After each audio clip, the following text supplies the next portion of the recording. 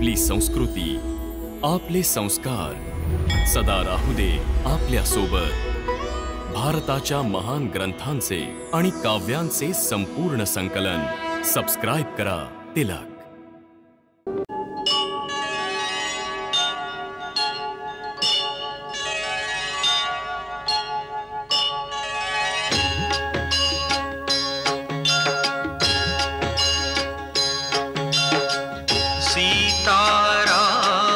चरित अति पावन, मधुर सरस रस किति मन भावन।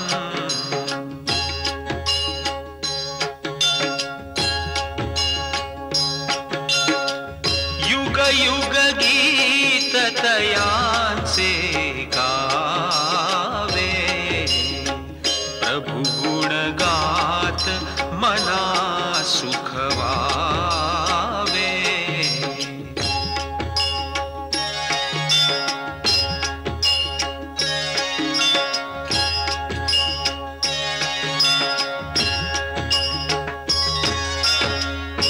माझं एकच कर्तव्य आहे, माझे थोरले बंधू श्रीरामांच्या आज्ञेचं पालन करणं, आणि ते मला सांगून गेले की मी तुमच्या रक्षणासाठी इथेच राहावं, म्हणून मी आपल्याला कोणत्याही स्थितीत एकटं सोडून नाही जाऊ शकत। माझं रक्षण ज्याच्यासाठी मी माझ्या सर्वस्वाचा त्याग करून या वनात राहायला आले, ज्यांच्याशिवाय एक क्षण सुद्धा जगू नाही शकत, आज जेव्हा त्यांचे प्राण संकटात सापडले तेव्हा माझं रक्षण करण्याचा काय उपयोग? लक्ष्मण, जर त्याचं काही बरं वाईट झालं तर मी एक क्षण सुद्धा जिवंत नाही राहू शकत। मग माझ्या मृत शरीराचं रक्षण करीत राहा आणि पाळत राहा भावाची आज्ञा। वहिनी, तुम्ही समजत का नाही आहात? दादांवर काही संकट येऊच शकत नाही। 3 लोकात असा कोणीही वीर नाही जो त्यांचा पराभव करू शकेल। हे काय दुर्दैव आहे वहिनी की आपली बुद्धी इतकी हीन झाली आहे। जिच्या पतीचे प्राण संकटात असतील अशा स्त्रीचं याहून मोठं दुर्दैव अजून काय असणार? आज तू माझ्याशी वाद घालतोयस, हट्टीपणा तर तू नेहमीच करतोस, पण आपल्या घाबरटपणामुळे माझी अवज्ञा पण करशील याची मला अपेक्षा नव्हती। वहिनी, आपण मला घाबरट म्हणू नका। घाबरट नाहीयेस तर माझ्या आज्ञेचं पालन कर। वहिनी, आपण हट्ट करू नका, काहीतरी अघटित होऊ शकतं। तू गेला नाहीस तर अघटित घडणारच आहे। लक्ष्मण, बोलण्यात वेळ घालवू नकोस।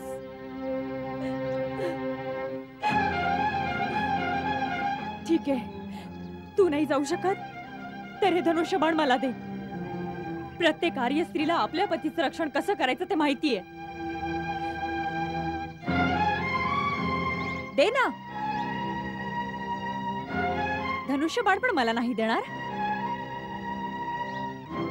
ठीक आहे, मी अशीच जाते निघून, तू इथेच राहा। वहिनी, माझा इतका अंत नका पाहू। नुसतं बोलू नकोस, कृती कर, कृती। ठीक आहे, तर मग आपल्या आज्ञेचं पालन करण्यासाठी आज पहिल्यांदा लक्ष्मण आपल्या प्रभू श्रीरामांच्या आज्ञेचं उल्लंघन करतोय। आपण कुटीत बसून राहावं।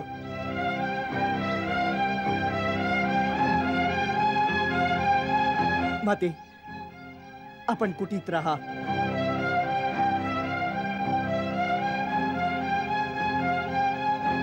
दादा, मला क्षमा करा।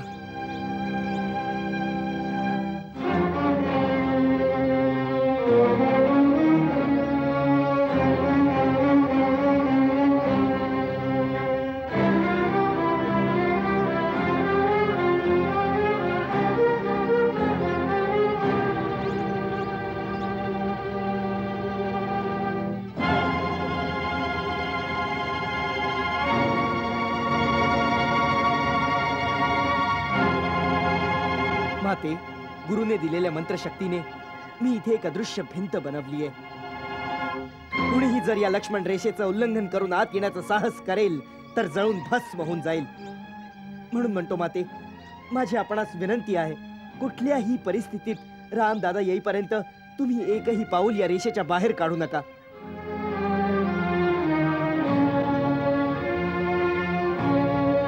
हे वन्य देवतांनो, समस्त प्राण्यांनो, माता सीतेला मी आपल्या स्वाधीन करून जात आहे। यांचं रक्षण करा.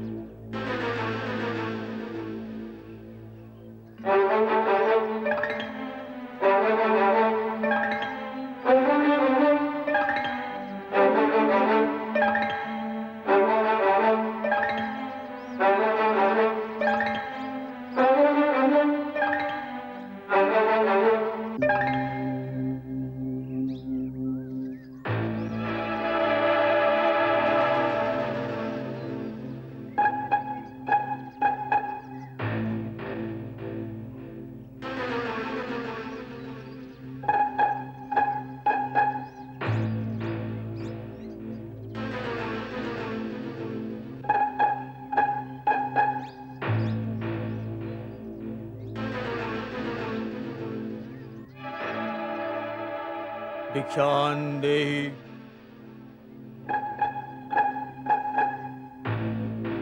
भिक्षां देहि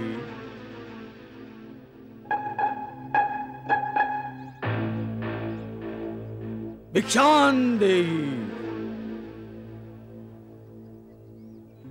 भिक्षां देहि भिक्षां देहि. प्रणाम मुनिवर. कल्याण असो. देवी, आम्ही खूप दुरून आलो आहोत आणि भुकेले आहोत. तुझी कुटी पाहून या आशेने इथं आलो आहोत की आम्हाला काही अन्न मिळेल. अवश्य मुनिवर, आपण इथेच थांबा. मी आपल्यासाठी थोड्याच वेळात भोजन घेऊन येते. देवी, आम्ही प्रवासानं दमलो आहोत. आम्हाला विश्रांतीची गरज आहे. क्षमा करा, यावेळी माझे पती कुटीत नाहीयेत, म्हणून मी आपले स्वागत नाही करू शकत. परंतु कृपा करून आपण तिथेच थांबा.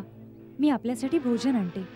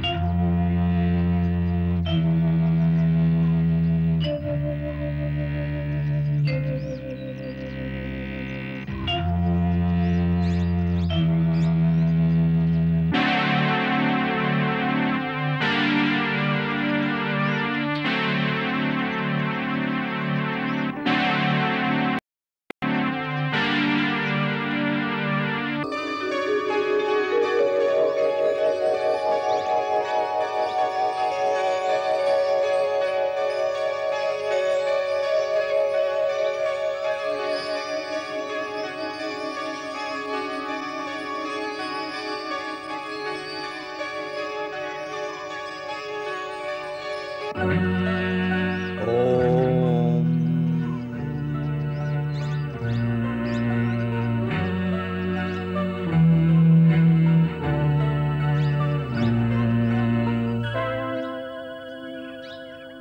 माझी आपणास विनंती आहे, कुठल्याही परिस्थितीत रामदादा येईपर्यंत तुम्ही एकही पाऊल या रेषेच्या बाहेर काढू नका. मुनिराज, मी आपल्याकरता भोजन आणलं, हे घ्यावे.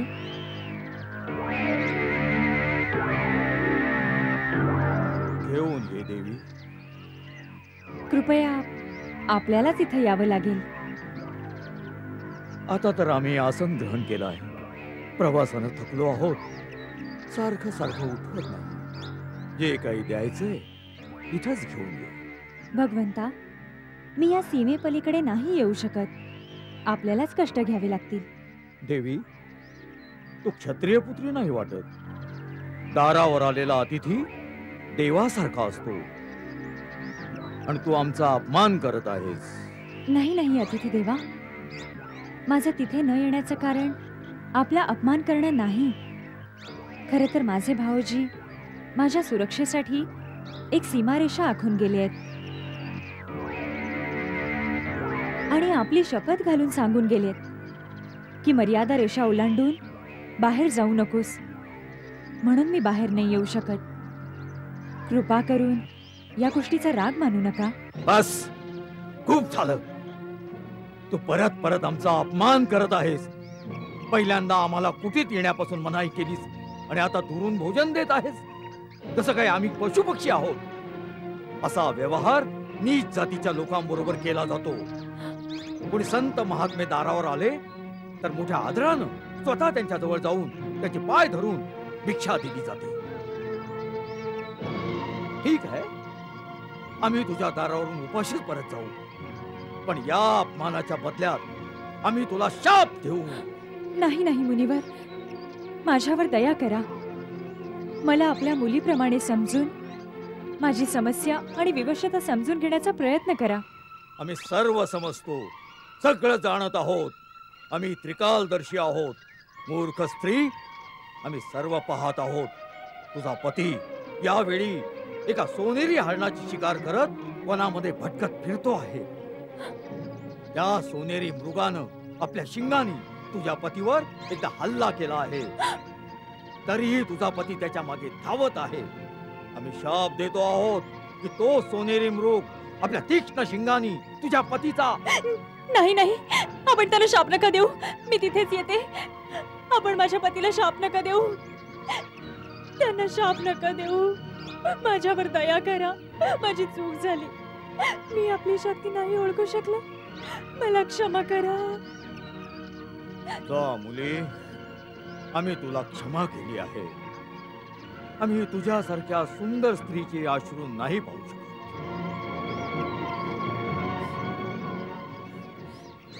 मी मिथिला नरेश, महाराज जनकाची मुलगी आहे.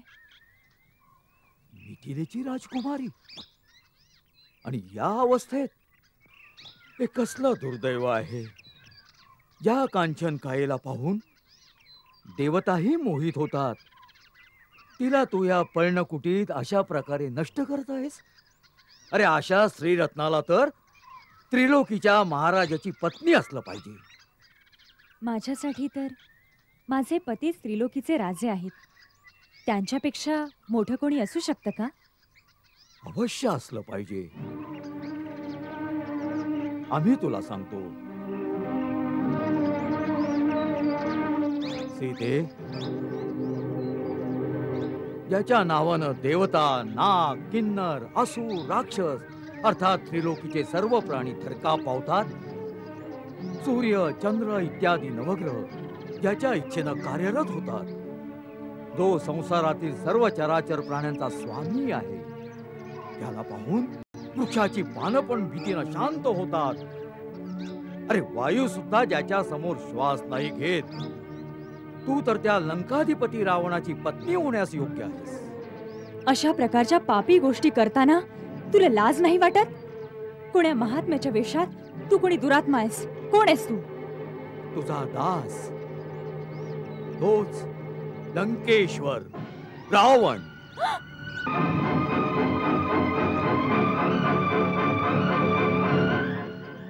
रावण?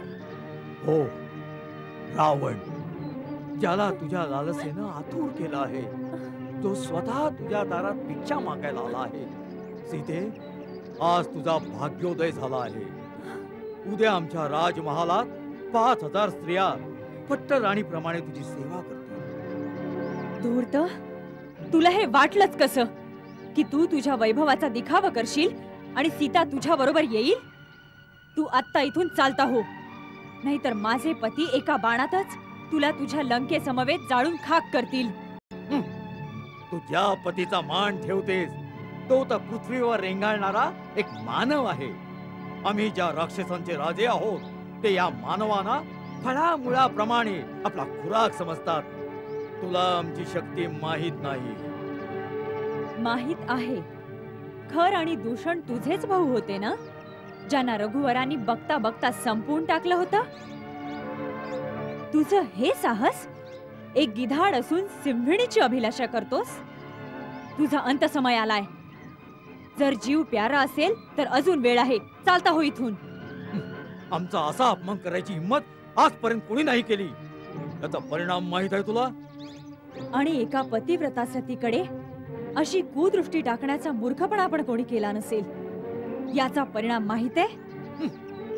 तुझाच नाही, तुझ्या सर्व कुळाचा सर्वनाश होईल. मूर्खा, दूर हो माझ्या नजरेसमोरून. परत या रेषेच्या आत जाऊ इच्छितेस? स्त्री एकदा का आपल्या मर्यादा रेषेच्या बाहेर आली की मग तिचं परत जाणं अशक्य असतं. सीते, आता तुला रावणाच्या हातून कोणीच वाचू शकत नाही. म्हणून चुपचाप आपल्या संमतीनं माझ्या बरोबर चाल. नाही नाही, आर्य, लक्ष्मण, आर्य, कुठे आहात तुम्ही? कुठे आहेस लक्ष्मणा? ओरड, अजून ओरड. आर्य, लक्ष्मण. यावेळी ते वनात खूप दूर आहे. तुझं ओरडणं त्याच्यापर्यंत पोहोचणार नाही. सीते, चल माझ्या बरोबर. चल. सीते. आर्य.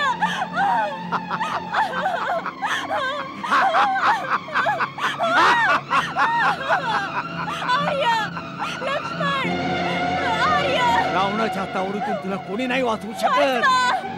वाचवा, लक्ष्मण, लक्ष्मण. दादा,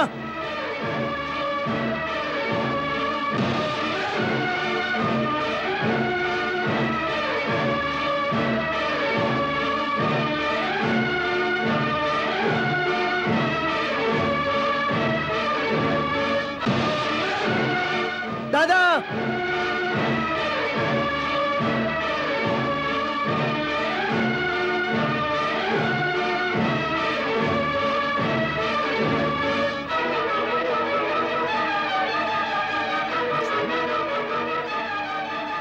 दादा, लक्ष्मण, दादा आपण. लक्ष्मण, तू इथे का निघून आला स्थितीला एकटं सोडून? तुला माझी आज्ञा लक्षात नाहीये? मला क्षमा करा दादा. तुमची हाक ऐकून वहिनीने मला जबरदस्तीने इथे पाठवलं. जेव्हा मी नकार दिला तेव्हा त्यांनी इतके कटू शब्द वापरले की मला विवश होऊन इथे यावंच लागलं. हे चांगलं नाही झालं. तुझं म्हणणं खरं होतं. तो हरणाच्या रूपात तोच मारीची राक्षस होता. मरता मरता जेव्हा त्यानं माझ्या आवाजात तुला मदतीची हाक दिली तेव्हाच त्याच्या आविर्भावानं मला समजलं की आपल्याशी कट केला आहे. सीता आवश्यक असल्या तरी संकटात सापडली आहे. मला वाटतं ती आश्रमात नाही भेटणार. नाही दादा, असं म्हणू नका. वहिनी तिथेच असतील. देव करो असंच हो. चल लक्ष्मण.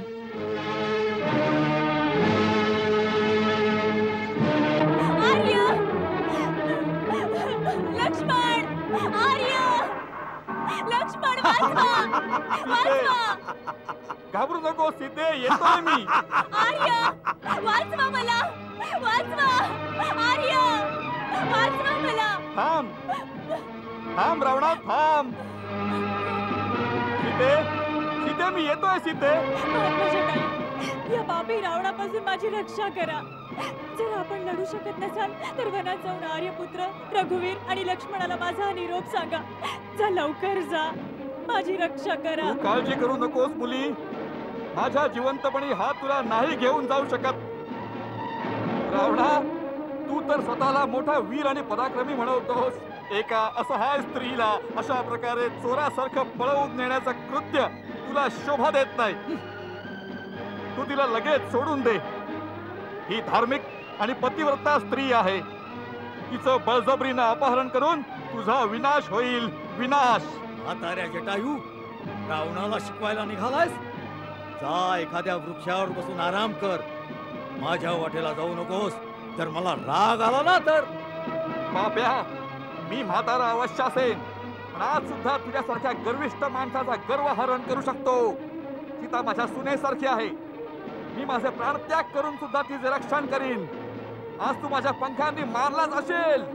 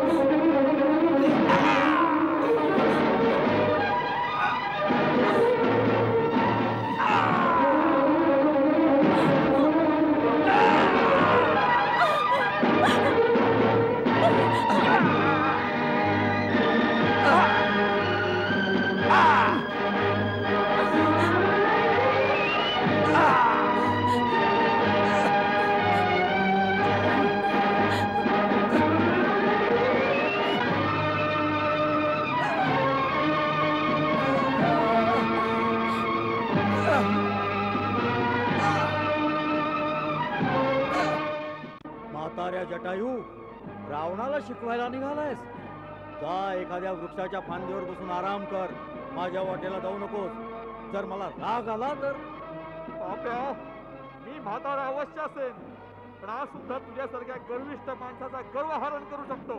सीता माझ्या सुनेसारखी आहे. मी माझे प्राण त्याग करून सुद्धा तिचं रक्षण करीन.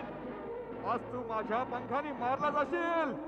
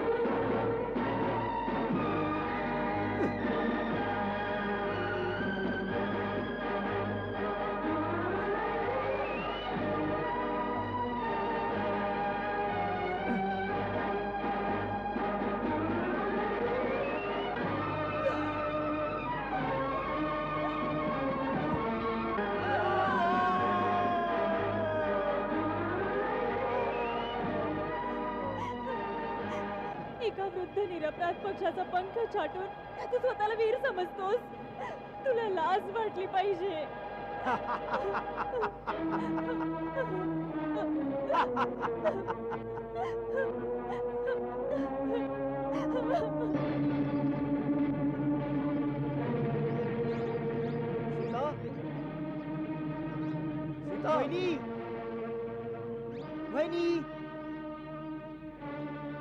वहिनी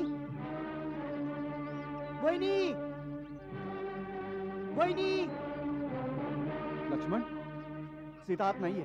कदाचित नदीकाठी गेल्या असतील. परंतु ती एकटी कधीच जात नाही. मग कदाचित उद्यानात फुलं वेचायला गेल्या असतील. ठीक आहे, तू नदीकाठी पहा, मी उद्यानात पाहतो.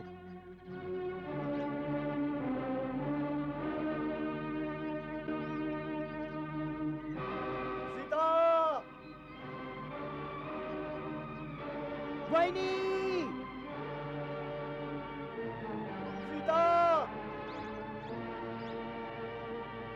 वहिनी सीता वहिनी सीता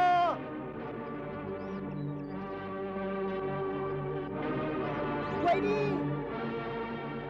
आर्या!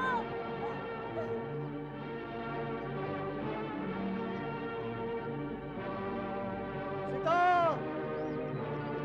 सीता सीता दादा, वहिनी नदीवर पण नाहीयेत. मला वाटलंच होतं लक्ष्मण, काहीतरी अघटित घडलंय.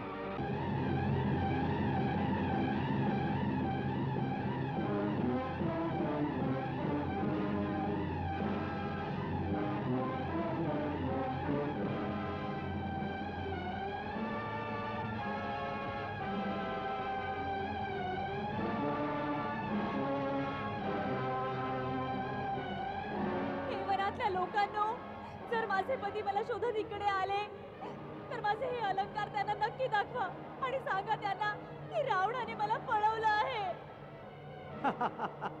त्याचा काही उपयोग नाही होणार. जिथं हा रावण तुला घेऊन चाललाय त्या ठिकाणचा पत्ता त्यांना कोण देणार? निर्लज्जा, आपल्या उच्च कुळाची आणि वीरतेची मोठमोठी शेखी मिरवत होतास ना? काय वीर पुरुषाची हीच लक्षणं असतात? जेव्हा पती घरात नसतील तेव्हा त्याच्या पत्नीला चोराप्रमाणे येऊन पळवून घेऊन जायचं. असं एकट्या स्त्रीवर आक्रमण करणं हीच तुझी शूरवीरता आहे. माझे पती तुझ्यासारखे भित्रट आणि भेकड नाहीयेत. तू मला आकाशात पाताळात कुठेही लपून ठेव, माझे स्वामी माझ्या सहायतेसाठी अवश्य येतील. माझ्या राक्षसांशिवाय कुणालाही आजपर्यंत माहित नाही की लंका कुठं आहे. तिथे पोहोचेपर्यंतच तुझा पती रस्त्यावर वणवण भटकून मरून जाईल. ज्याप्रमाणे एखाद्या सापाचे डोळे अंधारातही चमकत असतात, त्याप्रमाणे पापी माणसाचं पाप लपूनही लपत नाही. वृक्षांची पानं, पर्वतांचे दगड आणि वाऱ्याच्या लहरी, निसर्गाचा कण न कण माझ्या रघुवरांना तुझ्या या पाप मार्गाचा पत्ता सांगतील. आणि जिथे सीता असेल तिचे स्वामी तिथे अवश्य पोहोचतील, याचा मला पूर्ण विश्वास आहे. बघू बघू. सीता वहिनी सीता वहिनी सीता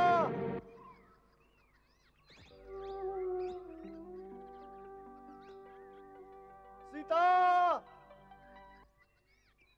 सीता वहिनी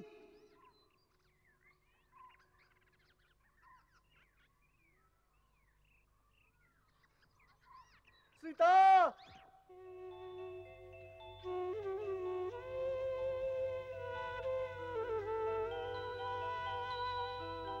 सीता नाही आश्रमी पाहुन झाले उदास रघुवर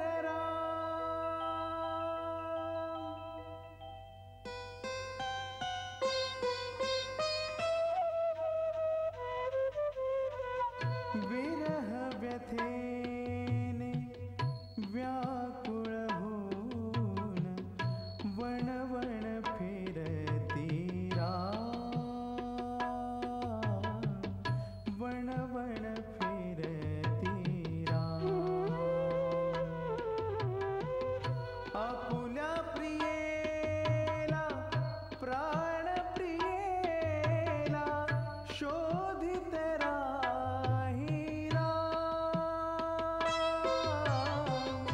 विरह व्यथे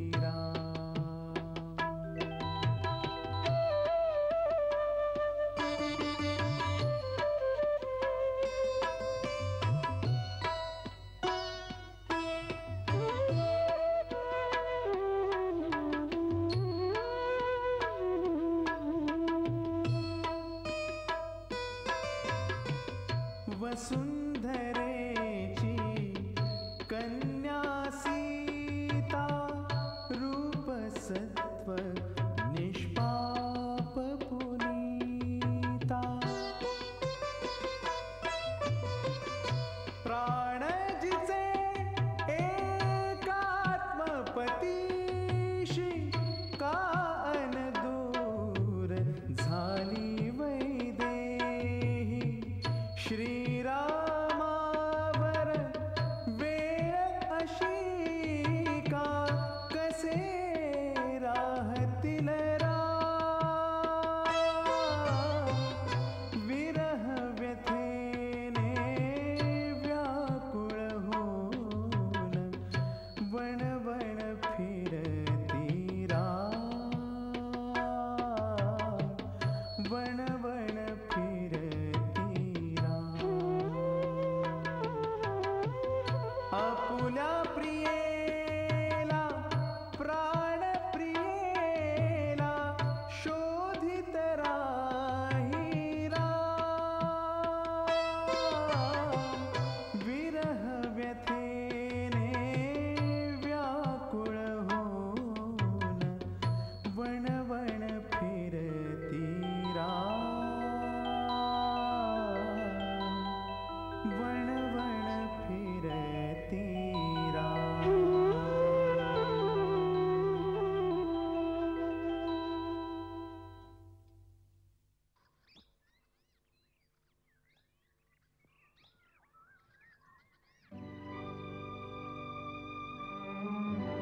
हे काय आहे, लक्ष्मण? राम राम राम जटायू, राम राम राम राम राम राम तात राम राम तात राम तात राम. तात आपली ही दशा कशी झाली? पुन्हा पाप्यानं आपल्यावर हल्ला केला आहे. तू तू आलास राम. मी मी तुझ्या प्रतीक्षात प्राण रोखून ठेवलाय राम. मी मी तुला सीतेचा ठाव सांगू इच्छितो. सीता?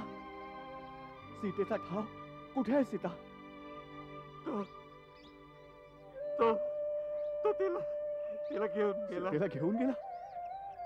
तुम्ही सीतेला पाहिलं? पुत्रा, मला खूप लाज वाटते की मी सीतेला त्याच्या त्याच्या त्याच्या तावडीतून नाही सोडवू शकलो. तुम्ही कोणाच्या तावडीतून तिला सोडवू नाही शकला? कोण घेऊन गेलाय तिला? तिला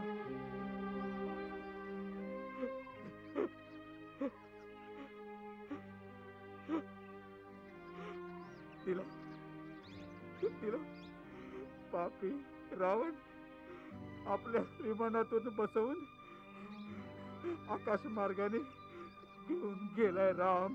आकाश मार्गानं? हो राम. हो रावण?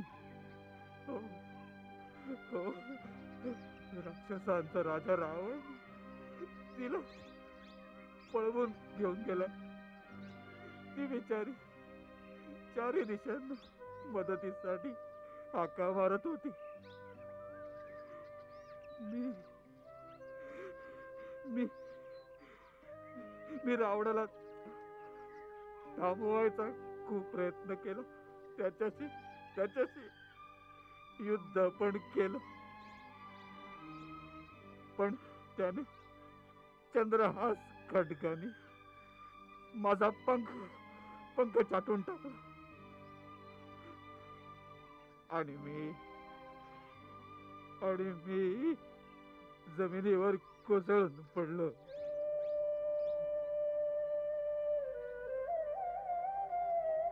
तात, तो तिला कोणत्या दिशेला घेऊन गेला? दक्षिण दिशेला. दक्षिण दिशेला? त्याचा काही ठाव सांगा ना. मला मला मला माहित नाही तो कुठे गेला. माझी पुत्री खूप दुःखी होती. रामा, वत्सा, लवकरच तिला या संकटातून मुक्त कर.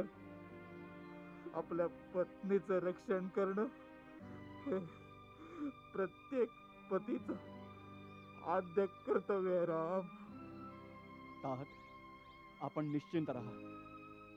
ज्या दिशेने तो पापी गेला असेल त्याला माझ्या हातून कोणीही वाचवू शकणार नाही. धरती, आकाश, पाताळ, तो जिथं कुठे दडून बसला असेल, मी त्याचा अवश्य शोध लावून तिथंच त्याची चिता रचीन. आता त्याला माझ्या बाणांपासून स्वतः ब्रह्मा सुद्धा नाही वाचवू शकत. तुझा निश्चय सिद्धीच जाऊ. राम, आता मी जातो माझा मित्र दशरथाकडे. मला मला मला आज्ञा दे रामा.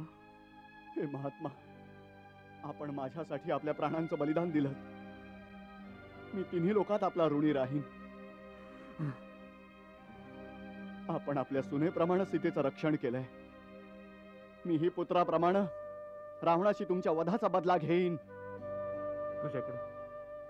तुझ्याकडून मला हीच आशा आहे. माझी आपल्याजवळ एक प्रार्थना आहे. जेव्हा आपण परलोकी जाऊन महाराज दशरथांना भेटाल तेव्हा पिताश्रींना सीताहरणाचे वृत्त कदापि कथन करू नका. मी आपल्याला वचन देतो की जर मी त्यांचा पुत्र राम असेन तर रावण त्याच्या संपूर्ण कुटुंबासहित शीघ्र त्यांच्या पायाशी जाऊन स्वतःच त्यांना ही कहाणी ऐकवेल. देव, तुला तुला तुला विजयी करेल पुत्रा.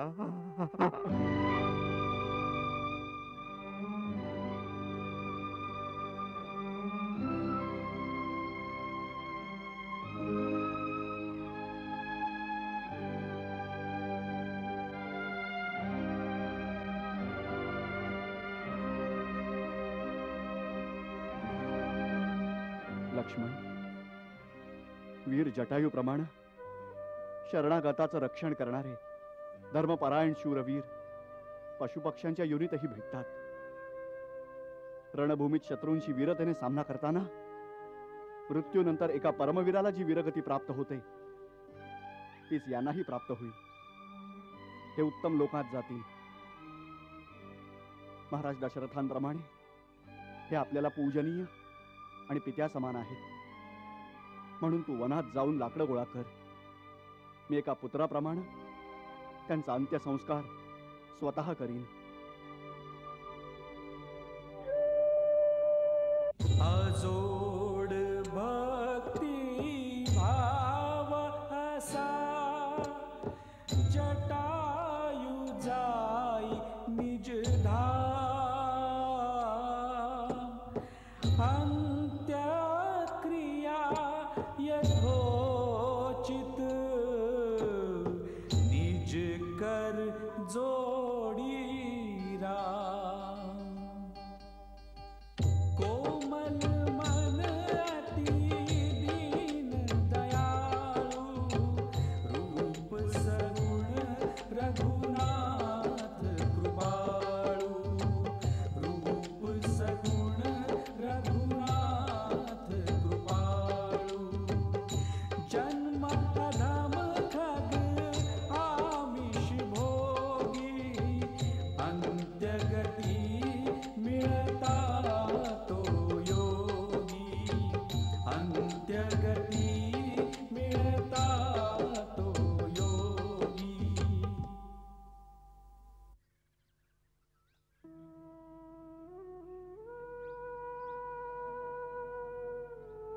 हे महात्मा, आपल्याला उत्तम लोकाची प्राप्ती हो, आपलं कल्याण हो.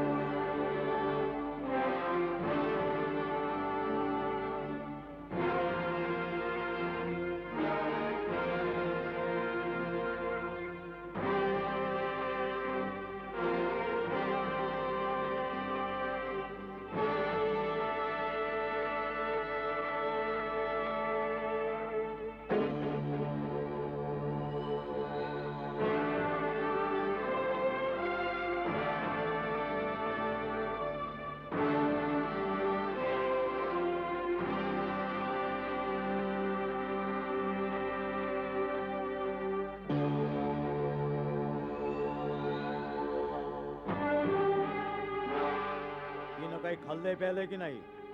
नाही महाराज, ती कुठल्याही वस्तूला शिवत नाही, सतत रडत असते आणि म्हणते की अशीच उपाशी राहून ती प्राणत्याग करेल.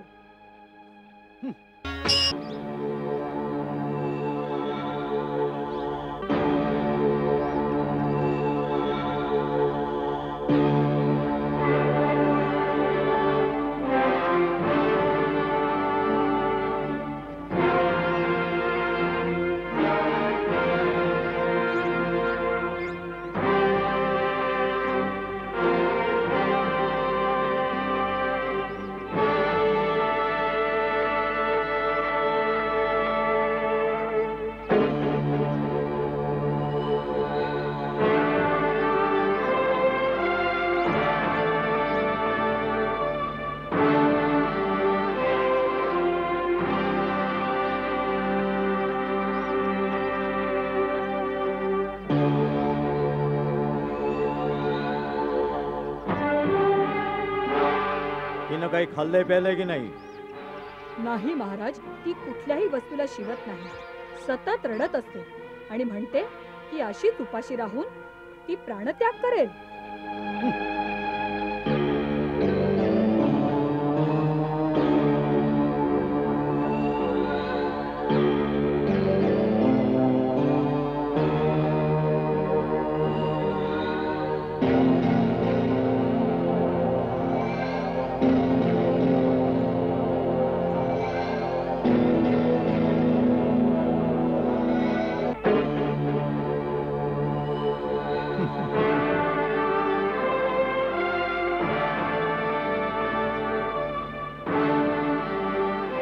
ऐकलंय की तुला प्राणत्याग करायचा आहे,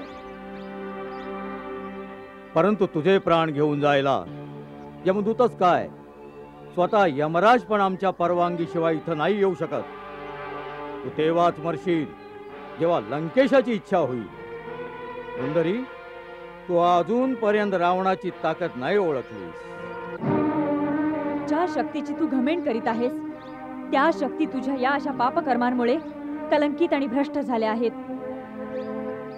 फक्त शक्तीच नाहीत तर या प्रत्येक शक्तीचं वरदान देणारे ब्रह्मा आणि शिव सुद्धा तुझ्या या पापांमुळे कलंकित झाले आहेत.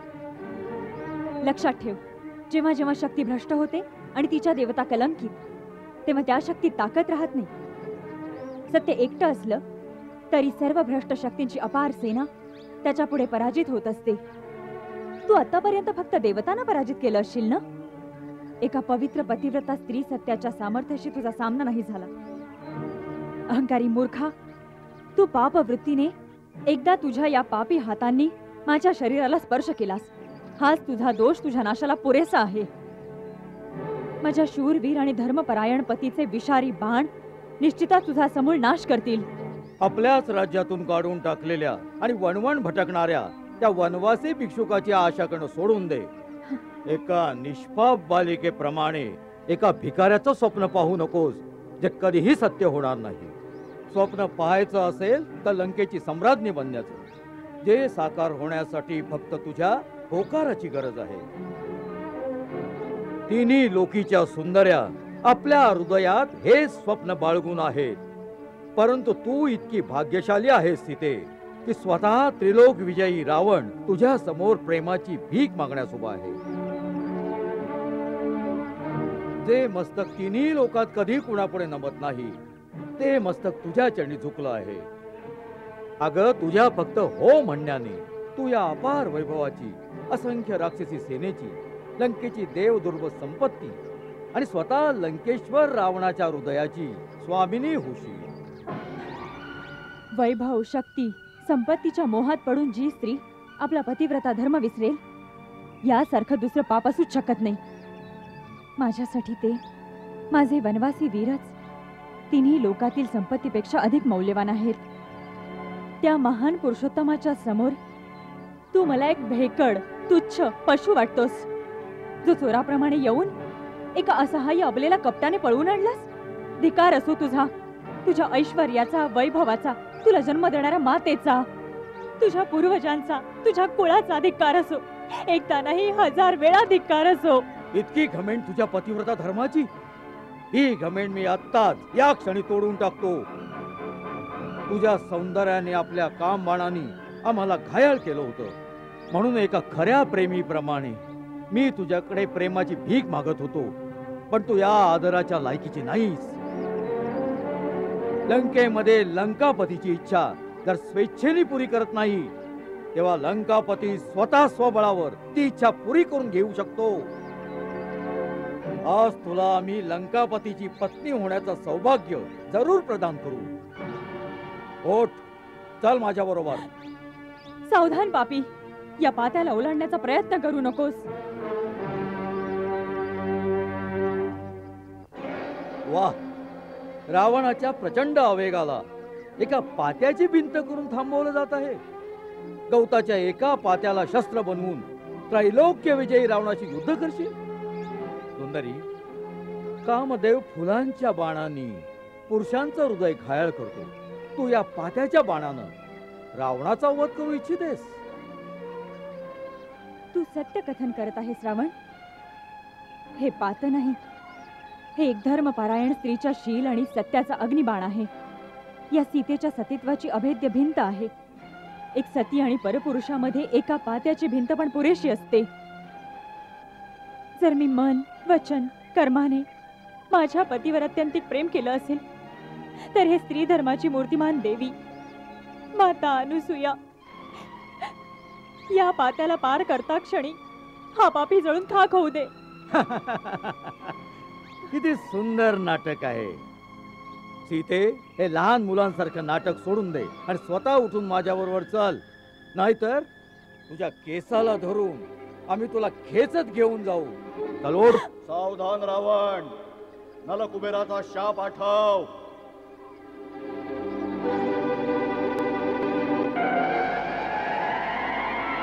तू माझ्या धर्मपत्नीवर बलात्कार केला आहेस. मी शाप देतो, जर तू कोणा परस्त्रीचा तिच्या इच्छेविरुद्ध कधी शीलभंग केलास, तर तुझ्या मस्तकाचे 7 तुकडे होतील.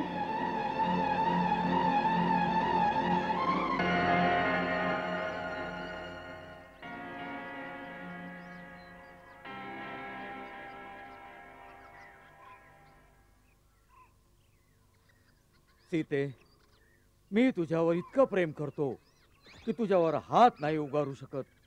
आणि जिला लंकेची सम्राज्ञी बनवायचं आहे, तिला असा आपल्या दासदासींसमोर अपमानित नाही करू शकत. आज नाहीतर उद्या तुला माझं म्हणणं ऐकावंच लागेल.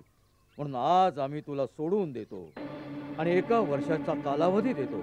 स्वतः स्वखुशीनं आमच्या अंतःपुरात ये, नाहीतर आमचे रसोईये सकाळची न्याहारी बनवण्यासाठी तुझ्या शरीराचे तुकडे तुकडे करून टाकतील. तुम्ही सर्व सावधान राहून सीतेचं रक्षण करा. कोणीही पुरुष अथवा स्त्री आमच्या परवानगी शिवाय सीतेला भेटू शकत नाही.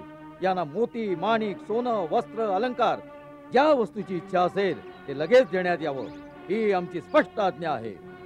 सीता तुमची भावी महाराणी आहे. तेव्हा जो कोणीही जाणून बुजून वा चुकून विदेह कुमारीशी अप्रिय बोलणं करेल, तर आम्ही समजू त्याला आपले प्राण प्रिय नाहीत.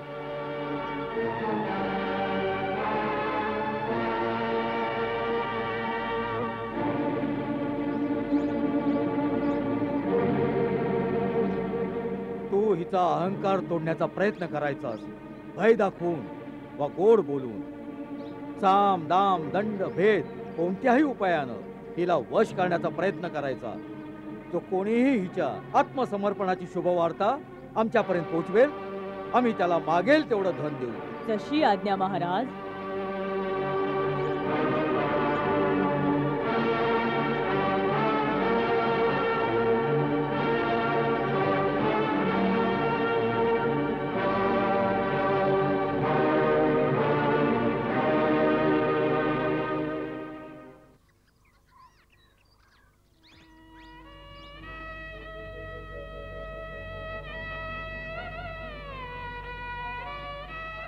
अगं वनवाशिणी, तुझा नवरा काय महाराजाधिराज रावणापेक्षा अधिक सुंदर, सुदृढ आणि श्रीमंत आहे?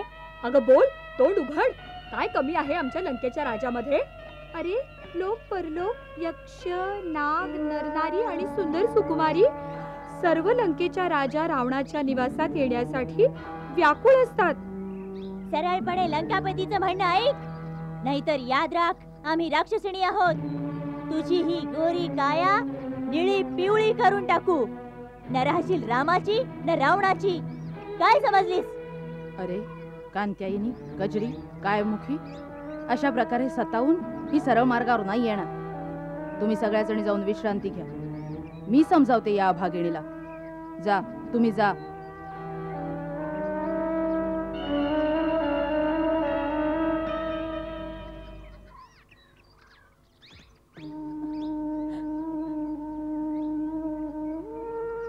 देवी सीता, तू सती शिरोमणी आहेस. तुझी ही पतिभक्ती पाहून मी तुझी भक्त झाले आहे. त्रिजटेला तू आपली मैत्रीण समज, तू आपली सेविका समज. तू हे बोलतीयस की तू माझ्याशी कपट करतीयस, की तू राक्षस कुळाची नाहीयेस? आहे तर राक्षस कुळाचीच, पण राक्षस कुळामध्ये काही भावना असतात. स्त्री सुलभ दया व ममता असते. माझ्या विनंतीचा तू स्वीकार कर. थोडं खाऊन घे. मला काही नाही खायचंय. जर खाल्लं नाहीस तर जिवंत कशी राहणार आहेस तू? या अवस्थेत मला जगून तरी काय करायचंय?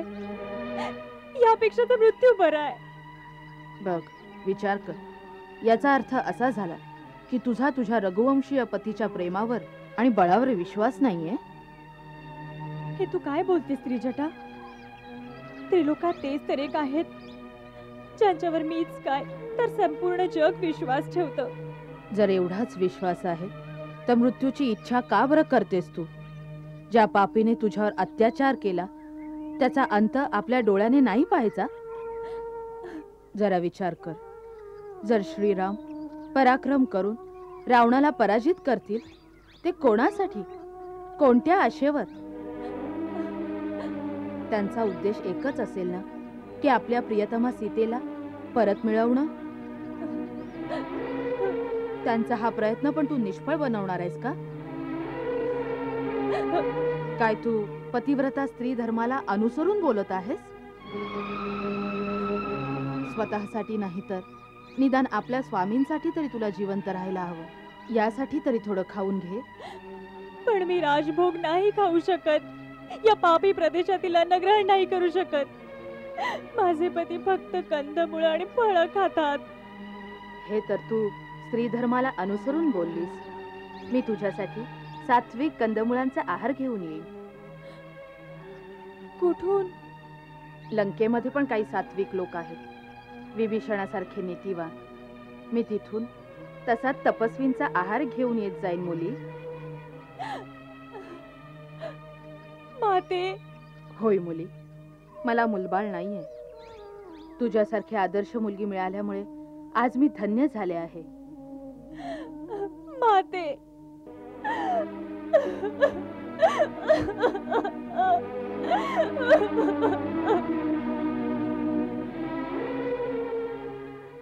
भैरवी, ही नवी वस्त्र अशोक वाटिकेत महाराणी सीतेला देऊन ये. सीतेला?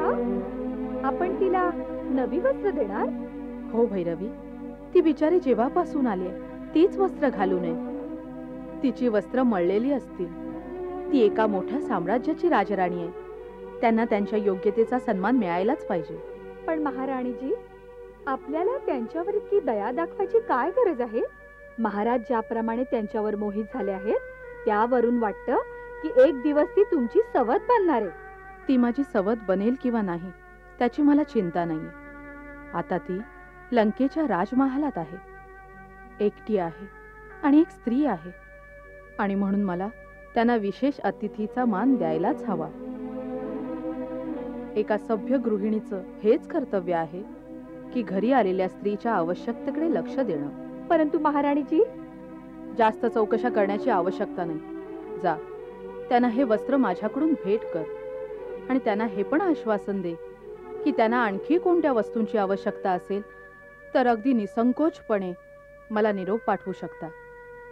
जा.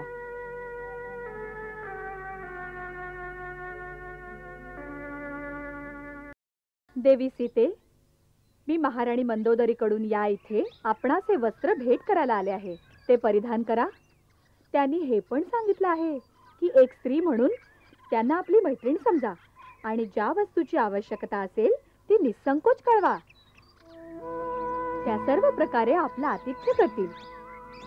या आतिथ्यासाठी महाराणी मंदोदरीला माझा धन्यवाद सांगा. परंतु ही वस्त्र परत घेऊन जा. मला याची आवश्यकता नाहीये. आवश्यकता तर असेलच. आपली जुनी वस्त्र मळली आहेत ना?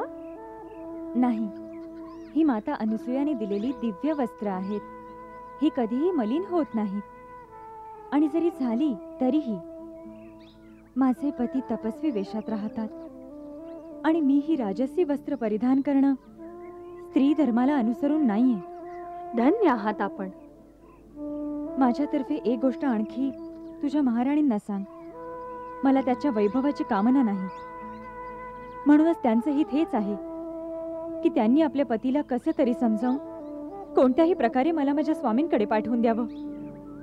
होऊ शकेल की दयाळू रघुवीर त्यांना माफ पण करतील. नाहीतर माझ्या वीर पतीच्या आणि भाऊजींच्या पहिल्या बाणांनी लंकेचा सर्वनाश निश्चित आहे. धन्य आहे ती आर्यकन्या. तिच्या वचनांनी मला भीती वाटू लागली आहे भैरवी. अशा एकनिष्ठ पतिव्रतेवर हात टाकून महाराजांनी घोर पाप केला आहे.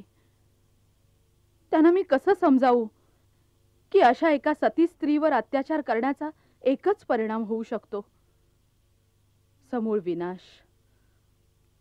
हे कैलासनाथ, माझ्या पतीचं रक्षण कर. त्यांना सद्बुद्धी दे. महाराजांचा विजय असो. महाराजाला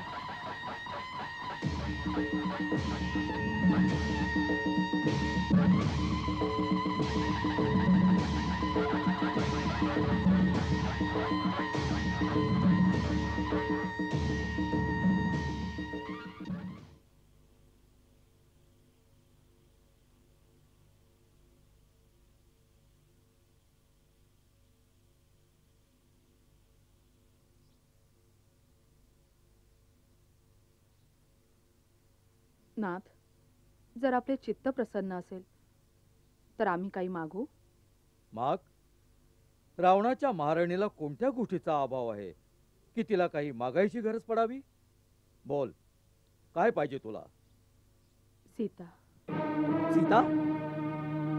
आम्ही काही समजलो नाही. सीता लंकेसाठी अमंगल रूप आहे. आपल्या कीर्तीवरचा कलंक आहे. तिच्या इथे असण्याने कोणाचंही कल्याण होणार नाही. महाराज, अजूनही वेळ आहे. आपण तिला रामाकडे परत पाठवून द्यावं. नाहीतर नाहीतर काय होईल? बोलत का नाहीस? देवी, वीर पुरुष ज्या मार्गावर एकदा आपलं पाऊल टाकतात मग ते परत फिरण्याचा नाव नाही घेत. मग समोर मृत्यू जरी आला, वीर त्यालाच म्हणतात जो मृत्यूला पण घाबरत नाही. जर तुला आमच्या यश आणि कीर्तीची खरोखरच चिंता असेल तर आम्हाला असं कोणतंही कार्य करायला लावू नकोस ज्याचं फळ केवळ अपकीर्ती आणि निंदा आहे. रावणाची पत्नी आणि परमवीर मेघनादाच्या मातेला असा भेकडपणा शोभा देत नाही.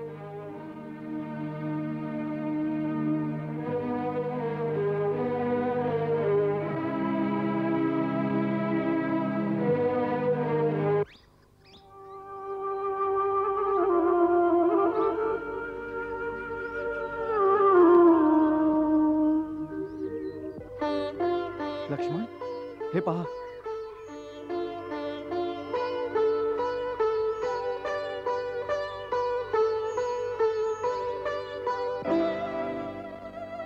लक्ष्मण, हे पहा. या सीतेच्या बांगड्या आहेत. ती अवश्य इथून गेली असणार. आपण योग्य मार्गावर आहोत. मला वाटतं ती त्या पाप्याशी लढा देत गेली असणार. त्यामुळे तिचे अलंकार इथे तिथे पडले आहेत. होय दादा, हाच योग्य मार्ग आहे. चल पुढे जाऊया.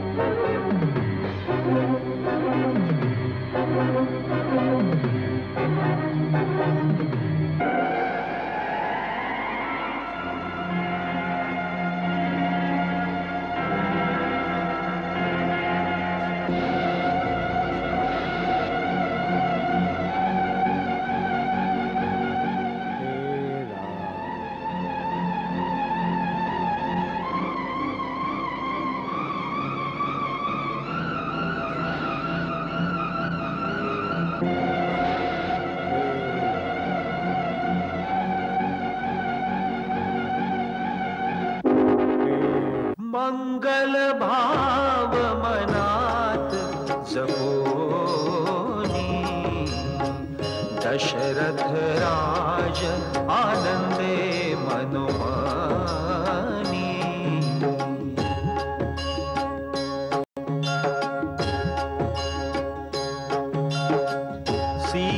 सीताराम चरित अति पावन मधुर सरस रस